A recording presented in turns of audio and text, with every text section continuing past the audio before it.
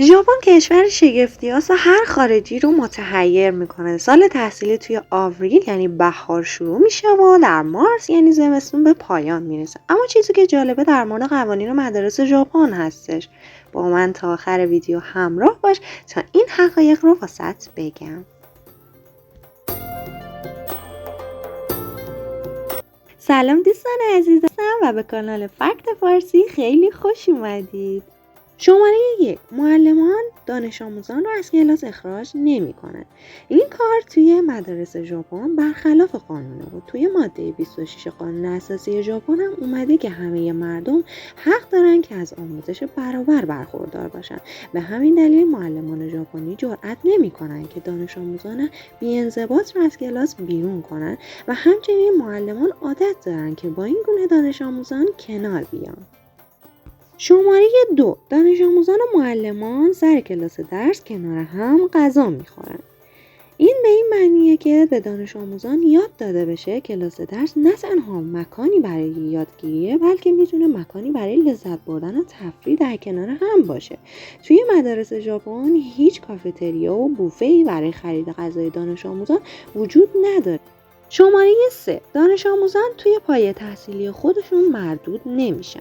در بسیاری از کشورهای دیگه دانش آموزانی که در پایه درسی خود عملکرد خوبی ندارن برای بهبود هرچه بیشتر مهارت‌های خود پایه تحصیلی خودشون رو مجددا میگذرونن. اما توی سیستم آموزشی ژاپن همچین چیزی وجود نداره و دانش آموزان فارغ از هر نمراتی که در آزمون کسب میکنن و عملکردشون همیشه به پایه بعدی میرن. همچنین یک دانش آموز ممکنه توی امتحان رد بشه اما باز هم میتونه از پایه تحصیلی خودش فارغ التحصیل بشه و به مرحله بعد ارتقا پیدا کنه. شماره 4. هیچ سرایداری برای تمیزکاری وجود نداره و دانش آموزان خودشون مدرسه رو تمیز میکنن. مدارس ژاپنی نیازی به سرایدار ندارن چون دانش آموزان و معلمان و مدیران و حتی بالاترین مقامات مدرسه همگی توی تمیز کردن قسمت‌های مختلف مدرسه دخالت دارن و هر کسی به وظیفه خودش در حفظ و نگهداری مدرسه عمل میکنه. این شیوه منحصر به فرد توی مدارس ژاپن دانش آموزان نه تنها مفهوم پاکیزگی رو درک میکنن بلکه به عنوان اعضای مسئول جامعه نیز آموزش می‌بینن. مفهوم سرایداری توی مدارس ژاپن برای اونها کاملا عجیب غریبه.